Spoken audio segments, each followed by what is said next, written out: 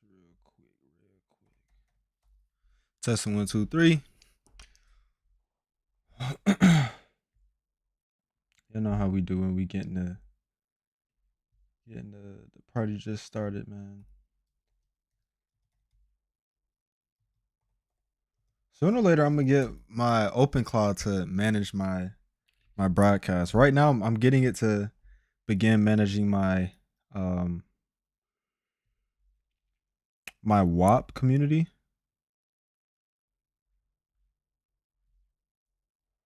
Okay.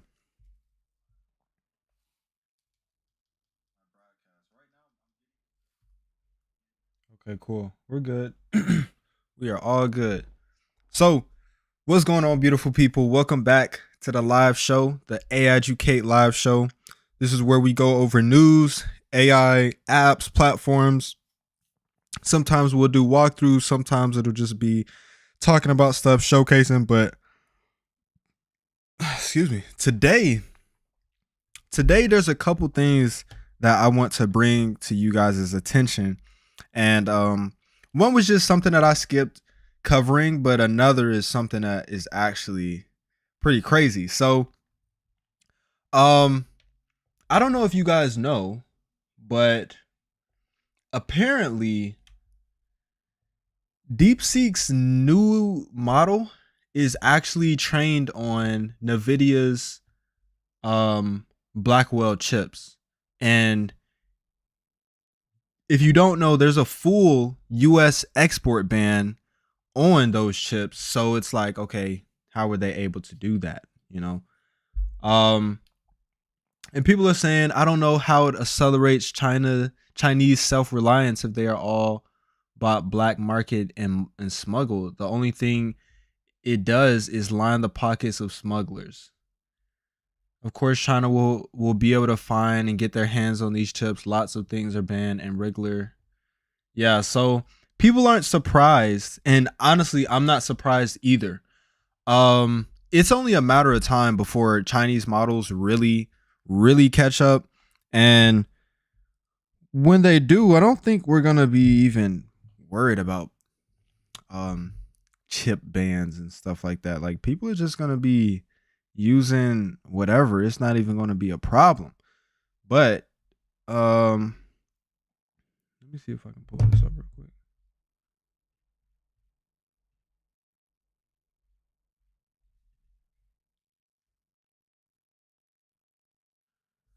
Okay. All right, cool. So this is just something interesting that I saw. We have another article. DeepSeek could remove technical indicators showing use of U.S. chips. U.S. export controls bar Blackwell shipments to China. DeepSeek's Blackwells likely in Inner Mongolia data center, officials say. So they're basically saying that, they're not supposed to have these. They're going to make sure that they can make it look like that these aren't US chips or anything like that. But this is actually a a step up for DeepSeek, because being able to use these chips, I mean, it's kind of the reason why US models are the frontier models. You have a Gemini, which is Google. You have a ChatGPT, which is OpenAI. You have a Grok, which is, XAI. So you have, and same with Anthropic. They're all US um, companies. So when you have a Chinese company now utilizing the US company's material for manufacturing or creating their AI, it creates a problem for the US in the AI race. But US government confirmation of DeepSeek obtaining the chips, Reuters could further divide Washington policymakers as they struggle to determine where to draw the line. So y'all know there's been a ton of legislation and political unrest around this whole AI thing. But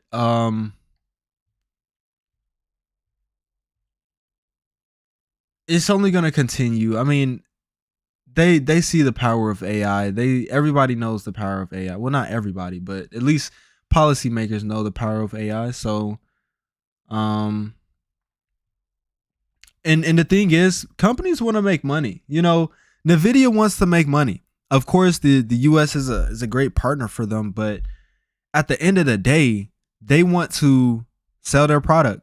And if you guys are preventing me from selling my product to some very large customers, you know, that's a problem for me too. So I can see what it is, but you know, black market stuff has always been going on.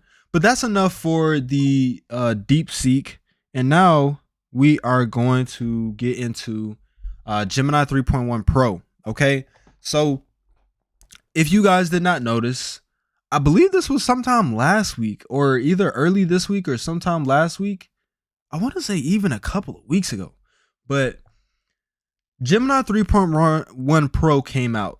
Before that, we had Gemini 3 Pro, and this is supposed to be a step forward in world knowledge. So let's explore the capabilities, the performance, the benchmarks, and everything like that around this model, and let's see exactly how it performs inside of Gemini when I give it these tests that I'm gonna give, and yeah, let's just see how it's going to perform. So, a smarter model to help you learn, plan, and build like never before. Partner with a pro with state of the art reasoning capabilities. Okay, so reasoning with unprecedented depth and nuance, advanced multimodal understanding. Our best model for vibe coding and agentic coding. So, shout out to all the vibe coders.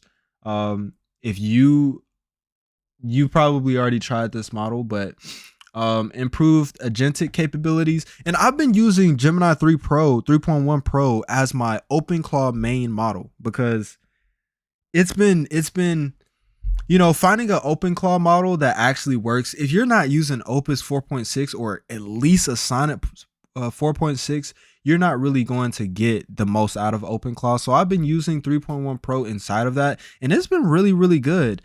Compared to Opus 4.6, I would just say the only thing is that Gemini, while in the past it was more of a human type of tone, now it's not as much like that compared to Claude. So Claude has a much human tone, a much more human-like tone. So that's something that I've definitely saw. But transform real-time data into stunning interactive visualization. So that's pretty cool. That Earth, if it actually made that Earth, that's pretty cool. Simulations, complex environments, lightweight, scalable animations directly into your code base. Okay, cool. Complex literary themes into functional code and sleek contemporary interfaces. That's very cool.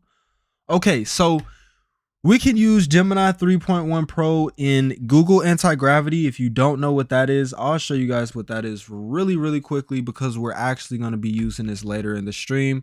This is Anti-Gravity. It is Google's IDE. And the main thing that people talk about with this is the agent. So the Anti-Gravity agent, basically, you can pick which model it uses. We have 3.1 Pro inside of here, of course, and 3 Flash and Opus and Sonnet. And, you know, you have rate limits with those depending on your plan. But the agent manager allows you to run a multitude of agents in parallel. Let's say I want to work on my company website, then I want to work on my passion project, then I want to work on my client website. You know, if I want to do all of that at the same time, I can, and I can do that inside of Anti-Gravity. So Gemini 3.1 Pro high and low is available inside of Anti-Gravity. You can also use it inside of Google AI Studio. So Google AI Studio is basically the AI playground for Google. You know, let me go back to the dashboard, switch accounts. And this is where you can access literally every model. And be sure to watch our last video that actually it just posted before we went live. We explored Nano Banana 2, and you guys will be surprised about the test between Nano Banana Pro and Nano Banana 2. So definitely check that out. But AI Studio is where you can utilize pretty much every model. If you enter Playground, over here on the side, you have this model picker, and you got 3.1, 3 Pro, Nano Banana 2, Nano Banana Pro, 3 Flash. So you can test all of the models that you want to test in here. Be mindful that this is either going to use your quota or it's going to use your API key, which is paying money. So keep that in mind. But you can also use it through the Gemini API. So if you are using OpenClaw, I've already added Gemini 3.1 Pro to my OpenClaw. Just tell it to open or add Gemini 3.1 and give it the model name and give it the provider, which is Google, and you'll be able to use it inside of there. But let's get into these benchmarks, man. This is my first time seeing these. And it's looking kind of crazy already. Okay, so these are the benchmarks.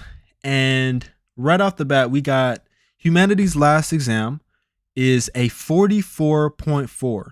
Okay. Opus 4.6 is a 4.0. Okay. And Gemini 3 Pro is a 37.5. So it's top in the world in that sense. But when it comes to search and code, it is beaten by Opus 4.6. So Arc AGI, it got a 77.1, which is kind of crazy. 77.1 is very, very high. Gemini 3 Pro got a 31.1, and that's on thinking high. And realize this is not a Gemini 4. This is a Gemini 3.1. Okay, so they absolutely blew it out the water. But Opus 4.6 is next up with a 68.8, which is about 10 lower. So scientific knowledge, 94.3, which pretty much every model is getting about a 90 in that. Terminal bench, this is one that we want to pay attention to. Terminal coding, so 68.5, while Opus 4.6 got a 65.4. 5.3 codex, other best self-reported hardness, terminal bench 77.3. That's interesting. Okay, so we have more agentic coding. It is beaten by Opus 4.6 by 0.2. So that's not too much.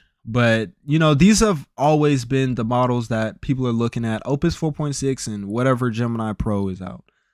And the other one that we care about is, I think that's pretty much it.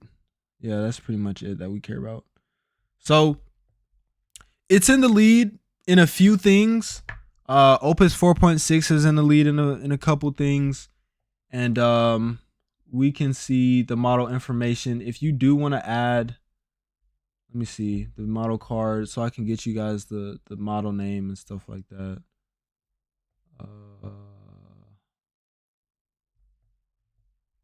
We can do this one. All right, so right here, if we go 3.1 Pro, if you guys put this model name inside of your OpenClaw and you say add this model from the Google provider, it'll go ahead and add 3.1 to your OpenClaw so you can utilize it. But next, we are going to get into testing it out. So we can try it out inside of Gemini if we go to Pro. So it's advanced math and code with 3.1 Pro. And the first thing that I want to test this out with is a simulation. So one thing that I've been experimenting with is OpenClaw, and the more tasks that I get it to do, or the more cron jobs that I set up, it kind of gets like this mass neural network that is sending things and bringing things in. So I wanted to get a visual of this. So I created this prompt to be able to do that. Code a visualizer that shows neural networks, which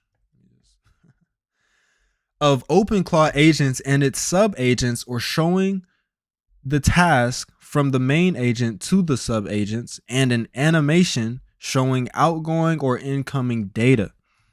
I want to be able to add up to 100,000 sub agents or just have one, because some of the larger setups that you guys are going to see this year from people are going to be running thousands of sub agents, thousands. You know, you may have 50 main agents or 10 main agents, and then you have a bunch of sub agents under them.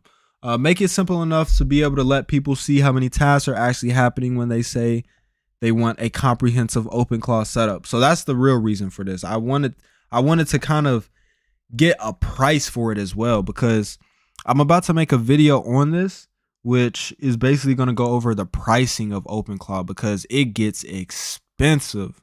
I'm telling you guys, it gets super, super expensive. So, it's definitely not something to play with. When it comes to OpenClaws, the pricing. So especially when you're running a bunch of sub agents, like, yeah, it's not getting all the context, but it's still spending money. So keep that in mind. But when we say code a visualizer, this is most likely going to use the canvas. So we didn't choose canvas. If it doesn't use the canvas, then I'm just going to run it again and do it. But one of the things that I've been noticing about these newer models is that it's taking a bit longer, and I really appreciate that. I like the fact that things will take longer and actually give me a better result, because when I'm using a Gemini 2.5 Flash, or when I'm using a Haiku, it is literally like, it doesn't work. When it comes to function calling, when it comes to tool calling, it just doesn't work. So having these better models to be able to do stuff is cool. Okay, so it did not do it inside of Canvas, but this is what we're gonna do. At the front, I'm gonna say, actually, we're just gonna turn on Canvas right here. Turn on Pro and neural OpenClaw showing outgoing. Okay, bam. Let's do that. So now it should use the canvas, which canvas is how you're able to see a preview inside of Gemini. You'll be able to see the code and then the preview, kind of how you have in an IDE. But did they give any examples in here, like any prompts in here to try? Did they? I don't think they did. Huh. They didn't give any prompts in here to try. Do they have documentation? Developer docs, Gemini API, 3.1 Pro. No prompting stuff, I'm guessing. Yeah, I'm not sure. But in addition to what we talked about, 1 million context, which we love the large context, and it's just great for agentic things, and that's why anti-gravity is literally super powered, which honestly we could do this really quick. So I am going to get Gemini 3.1 Pro to remake this entire website. So I'm going to show you guys what it looks like right now.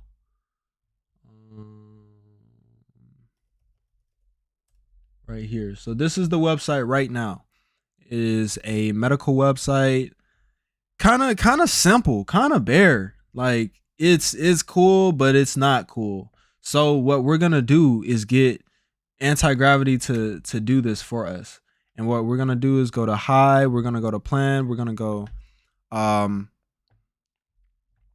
look at, actually we could talk to it.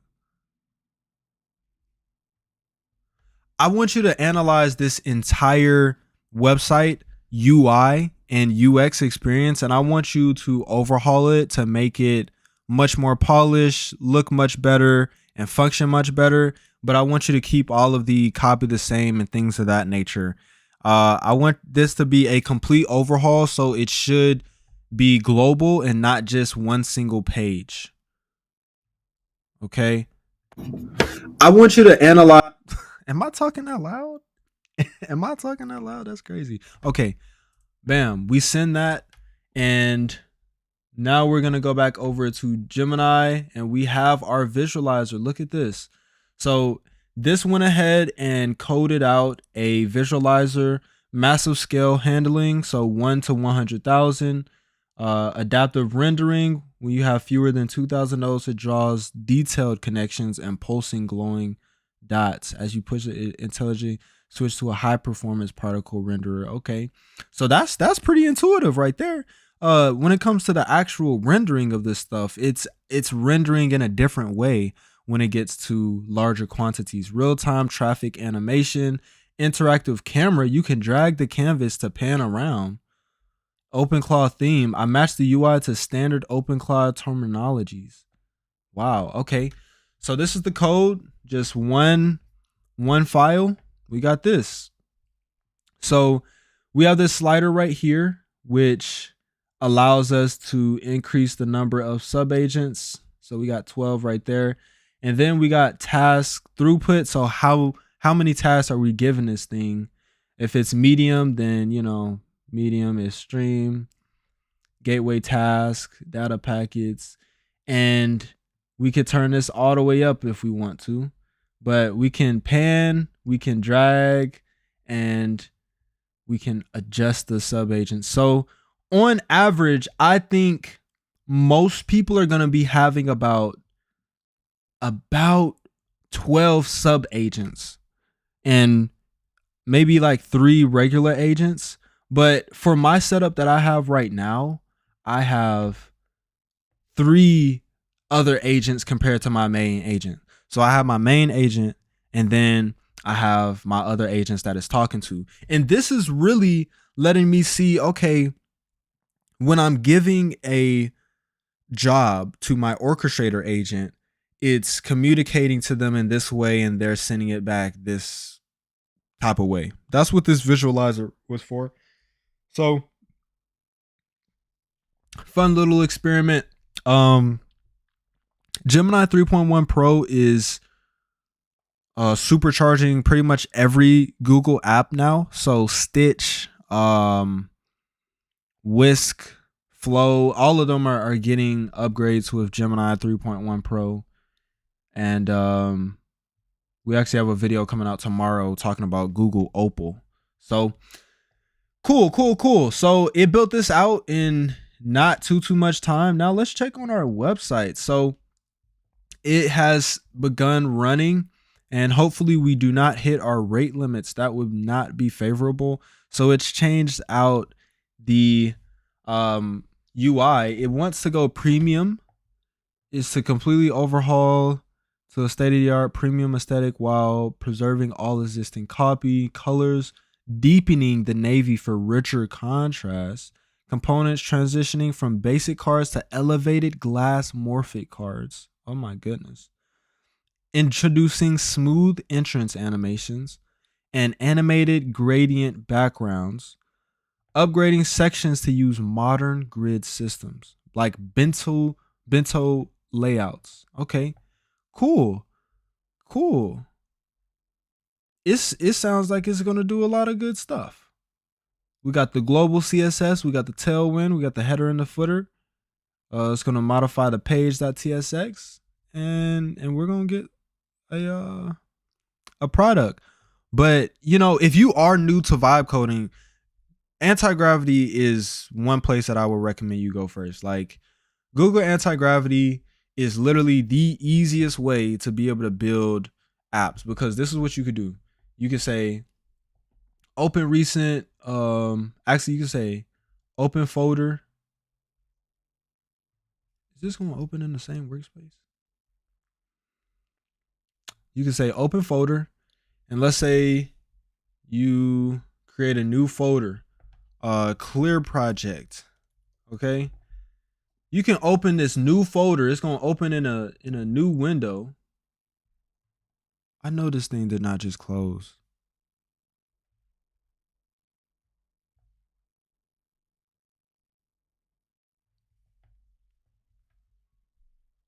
Oh wow. Okay. So our agent is still running, I believe, but it stopped. Oh man, that's not good. Let me see. Open editor. Where's right here? Or it's supposed to be right here. So I guess I stopped it accidentally. Let me see. I'm gonna say continue. But you can have these two open and working at the same time. It's just I did it the wrong way. I did it the wrong way. I should have opened a new window and then went back. So we have that going, but you can open this new project right here, and you can say this is a clear project folder. I want you to build a one-page HTML site from scratch showcasing XYZ. Okay. And you can literally get a nice website just from this. You can get pretty much anything. As long as you know what you're looking for, you can literally get anything from this stuff. So we are just gonna close this. We're gonna close that, open this, and hopefully it's gonna continue. So when that finishes, we will look at the product, and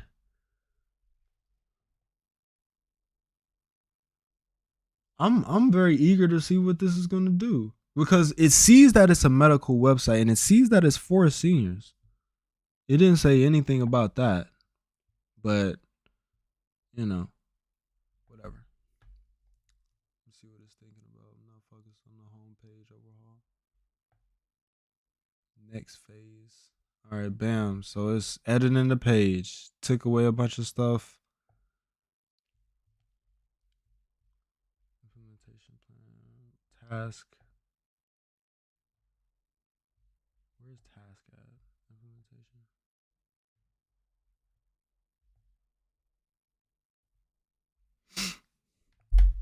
Yeah, man. But what are you guys working on? Are you guys in the middle of any exciting AI projects, or is this kind of like a stagnant time for AI? Or I think it's not. I think this is literally the best time to be building anything. Vibe coding. I mean, everything has free uses and stuff like that. So I just feel like, you know,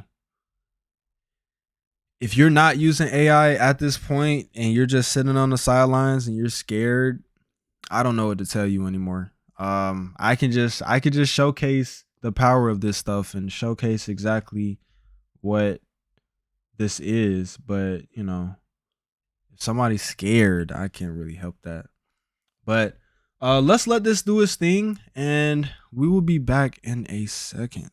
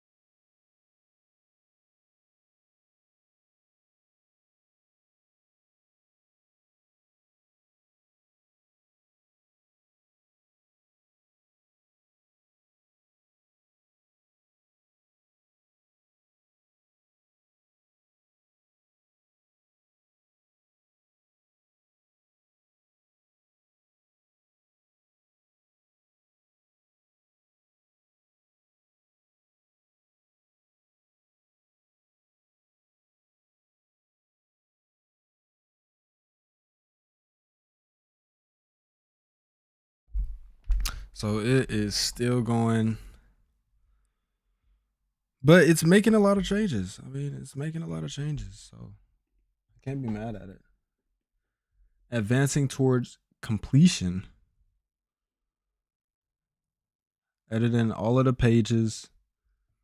It's literally doing a complete overhaul. This is Gemini 3.1 Pro High.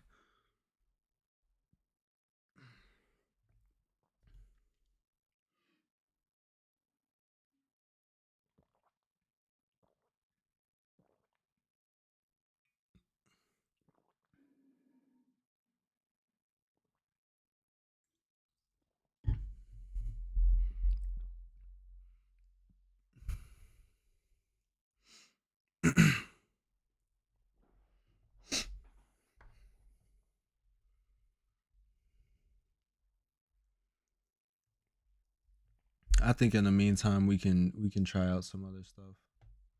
So what should we try with Gemini? Okay. So they have um two new things inside of Gemini that I see. Goal scheduled actions, testing mode for goal based scheduled actions.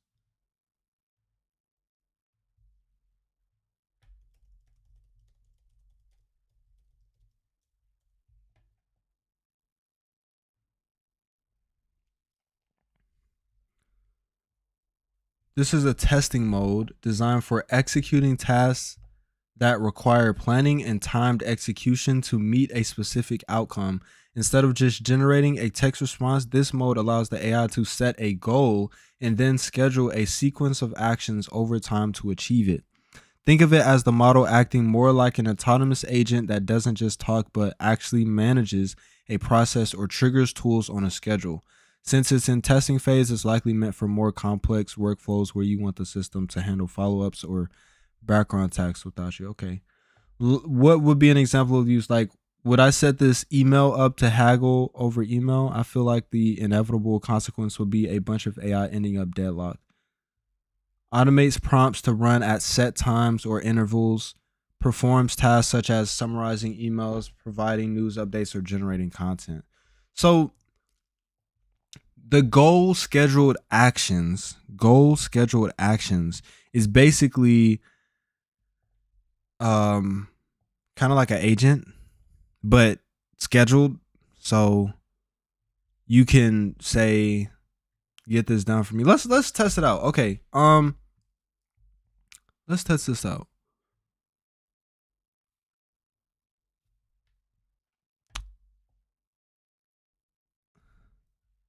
Goal. Hold on. Should I do something like every time I I post a YouTube video, I want you to create a blog post about it and email it to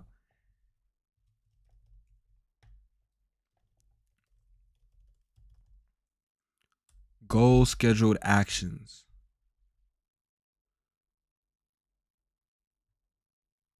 Got it. I've scheduled that for you.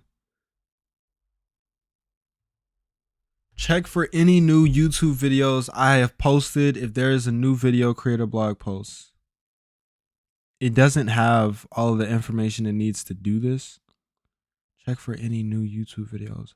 Like, is it going to send me a prompt asking me for any new YouTube videos? Like, let me ask it. Let me just ask it.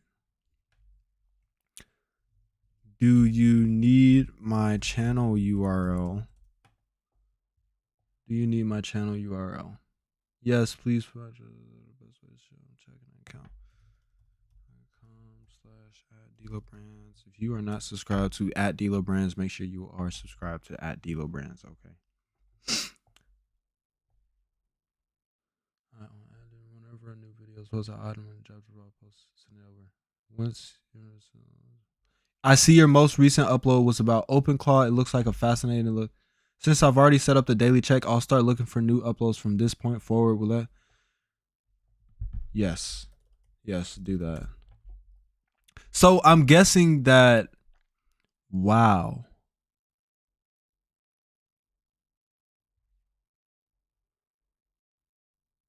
Deep dive into OpenClaw. Okay, so that's not correct. That is not correct.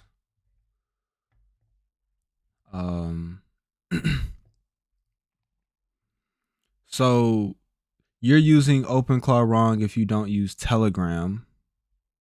So I guess it didn't actually look at the transcript of it. So I'm not sure how good this is. We'll probably explore this more in another video or when I, figure out more about it offline. But is our thing done? No, it's still not done. It's going through some errors. Okay.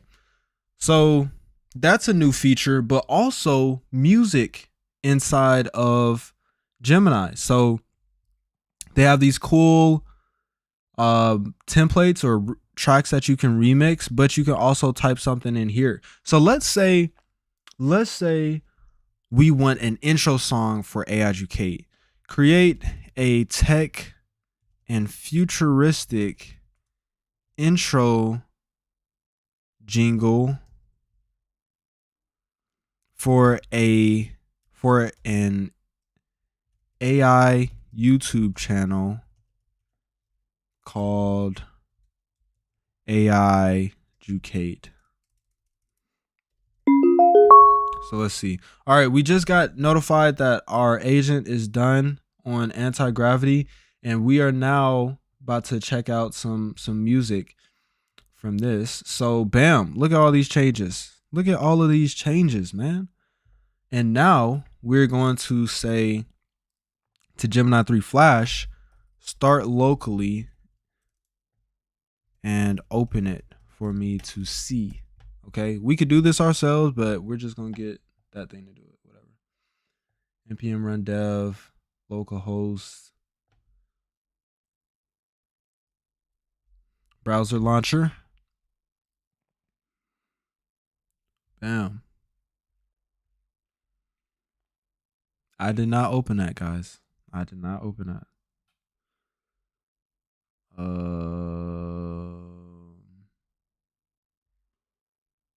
Okay. Bam. Okay. So this is the website that it adjusted to. Definitely looks much more futuristic, if anything. Kept the same layout for the hero section. Let's just stop it and scroll down. So much more laggier. So definitely a much heavier website to load and run on your computer. But it does have animations. This isn't something that seniors would be able to use easily though. Like it's more stuff. It looks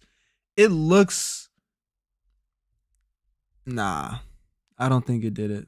I don't think it did it good. I don't think it did it good. Our services, personalized support, blah blah blah. Okay. It didn't do a good job. It did not do a good job. And go to resources. Okay. Yeah, it didn't do a good job. It didn't even really make sure everything was good on the website. It just kind of did stuff.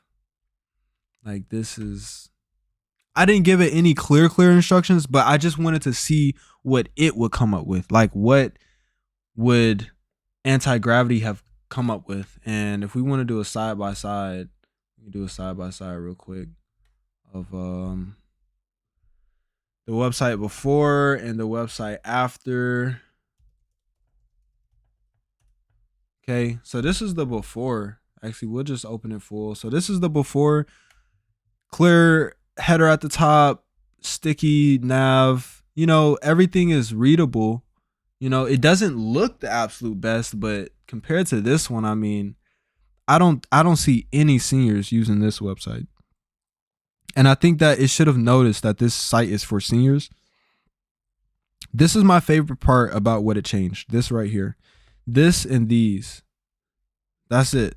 That's my favorite part about what it changed. So, um, we are going to reject all of these changes because we don't like any of those. We do not like any of those actually. And we are going to discard all of these as well. Discard all files.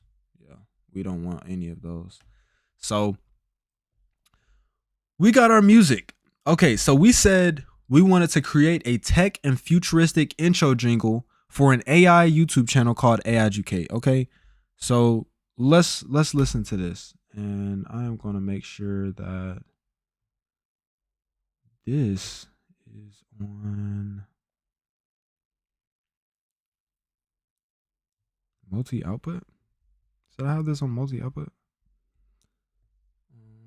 데이터의 바다를 Ooh, that seems a bit too loud, right? 데이터의 바다를 항해해 미래를 코딩하는 our new face. Cause I can't hear it. I'm sorry if you guys just got your ears blasted, but let me fix this. So. 데이터의 바다를 항해해 미래를 코딩하는 our new face 새로운 지식의 빛을 찾아 함께 열어갈 horizon is so wide level up your mind join the revolution we are your guide to the digital solution 배움의 미래 educate a new era educate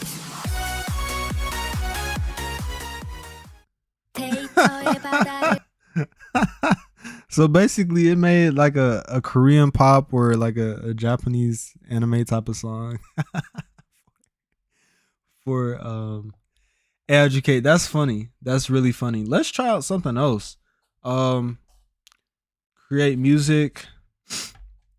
Create a subtle hip hop beat that can play while a kid is walking to school. Like just a chill, beat. And I know that these generate very, very quickly. So let's go ahead and close out this anti-gravity. Yeah, we're gonna close that out. Yeah, we don't want any of those. This is very, very quickly generating this. It's like less than a minute, I want to say. Defining the music task. I created the subtle hip hop beat for you.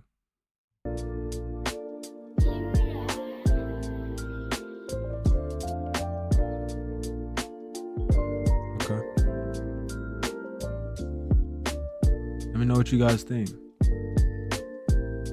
I like this a lot. This is actually perfectly what I was looking for.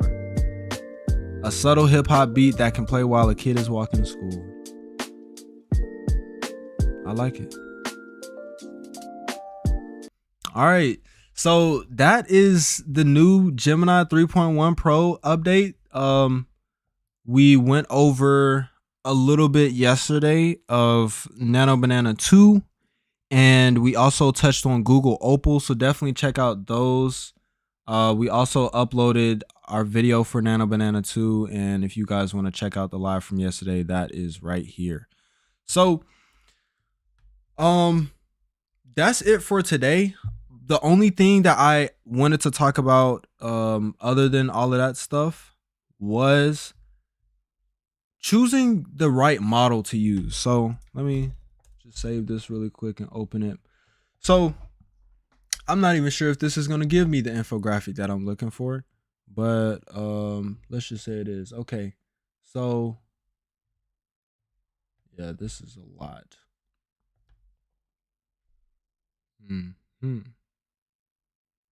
Okay, so I want to talk a little bit about choosing the right model inside of the things that you're working on or you're working with or whatever. So especially when it comes to OpenClaw, choosing the right model is very, very, very essential. Okay, when you're choosing between a Gemini 3.1 Pro, a Claude 4.6, and a GPT 5.2, or even a 5.3 codex, you are going to get different results from each of them. They're trained on different stuff. They don't have the same methods of, going about things.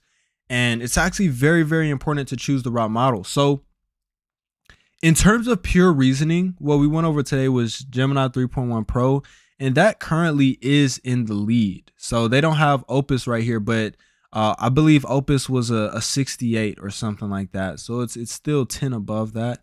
So Gemini 3.1 Pro is the lead in pure reasoning, but sometimes you don't want the best model in reasoning. Sometimes you want the best model in coding, and the best model in coding right now is in fact either Codex or a Claude Opus 4.6. And I know we just saw the benchmarks here where we have terminal coding. Terminal coding, it seems like it's winning. Agentic coding, Opus 4.6 is winning. But in different scenarios, you want to have different models. So specifically when it comes to OpenClaw, you want something that operates in the terminal very good and does very, very good tool calling. And when it comes to that, you are going to want to use a Claude 4.6. Okay. Claude 4.6 is just all around the best model for autonomous agents. Okay. When you want your agent to actually make tool calls and get it right and not come back with an error, because I've been on OpenClaw, like maybe I should open this up now. Let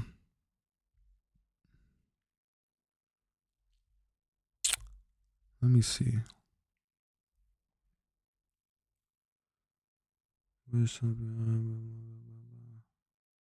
Okay, so here's an example. So I was on Gemini 2.5 Flash, and I asked it, if we created an account for you on WAP and I made you an admin in the community, can you make forum posts? It said yes, blah blah blah, but it thought we were still talking about make.com because we were making automations in make.com. And so I switched the model. I automatically knew, like, this is just the model being dumb. So I switched the model to Gemini 3.1 Pro preview, and I asked the same thing. If we created an account for you on WAP and I made you an admin, can you make forum posts? It said yes, absolutely. Okay. You can do it this way or you can do it that way. And that's the difference between kind of like a mid-tier model and a high-tier model. But when you're talking about, let me get back to this. When you're talking about a Claude 4.6 versus a Gemini 3.1 Pro, they're both going to be able to make tool calls easily, but they have different feels. In my opinion, Claude sounds more like a human, and Gemini 3.1 Pro just sounds like a general assistant, and GPT 5.2 sounds like a stale assistant. Like, it just has no personality, especially Codex. Codex has zero personality.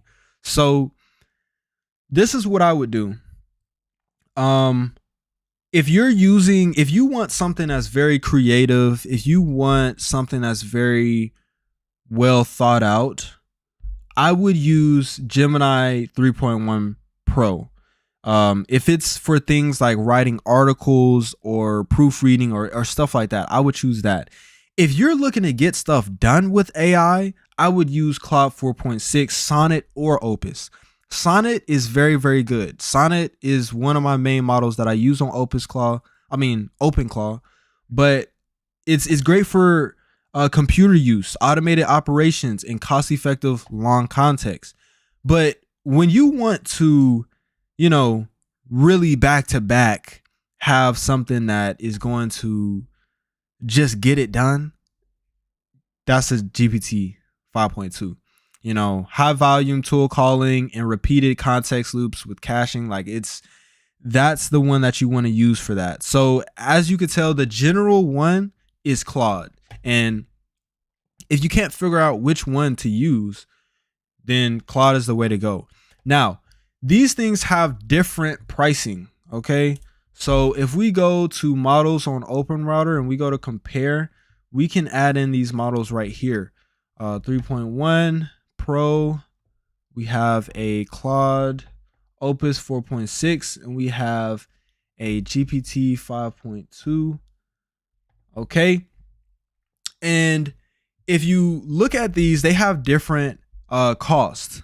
So the most expensive one by far is Opus 4.6.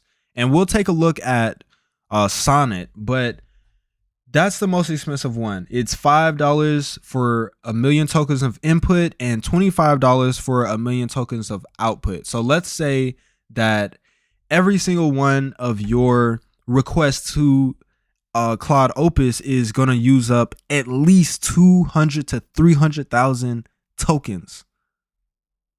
That's pretty crazy. It may be, a very small fraction of that is input and a larger fraction is output, but that's going to add up very, very quickly. When you look at a Gemini 3.1, it's about half the cost, a little less than half.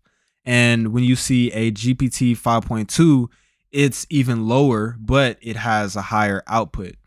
And another thing that you want to pay attention to when you're choosing your model is the input modalities. So one thing that OpenClaw does very well is if your model doesn't necessarily have the capabilities to take a specific input, it can create scripts or skills to be able to help it take that input.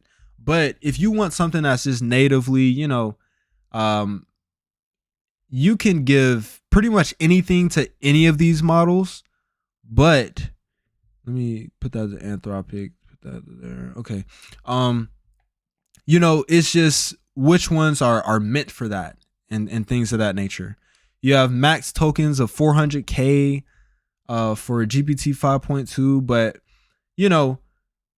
different things you just have to look at. This is something else, the latency. So one thing that you can do is actually test these. So right now, the fastest one is, it looks like, honestly, Gemini is going to be the fastest one. Yeah, Gemini is going to be the fastest one, but Opus 4.6 started the fastest. So you can run tests like that inside of OpenRouter. I'll definitely leave that link in the description for you guys. But there's tons of things that you should be looking over when you're picking the right model that you want to go with. And the input price and the output price, they will definitely add up, especially when you're using a 24/7 agent like OpenClaw. So that is it for today's stream. I appreciate everybody for stopping by and liking the stream. We went over Gemini 3.1 Pro, the new model. We went over the new music inside of Gemini. We went over a UI UX overhaul inside of Anti-Gravity utilizing Google Gemini 3.1 Pro High. And we also looked at Deepseek doing some illegal stuff. Deepseek being illegal. But yeah, that's it for the stream, guys. I hope you enjoyed the stream today. Be sure to join the AI Educate AI Lab community. Tons of free resources in there. I have guides, different prompts. So this is a GPT that you can use to get prompts. We have a Telegram multi-agent setup guide that actually works. Different stuff that you guys can use to further your AI experiments. We have a chat, we have announcements, and yeah, just be sure to join. It's getting larger. I think we're at 7 members now, so on the way to 10 members and then on the way to 50. But yeah, man, I will see you guys in the next stream. Have a great night. It's been great to spend some time with you guys, and yeah, keep learning AI. I'll see you guys.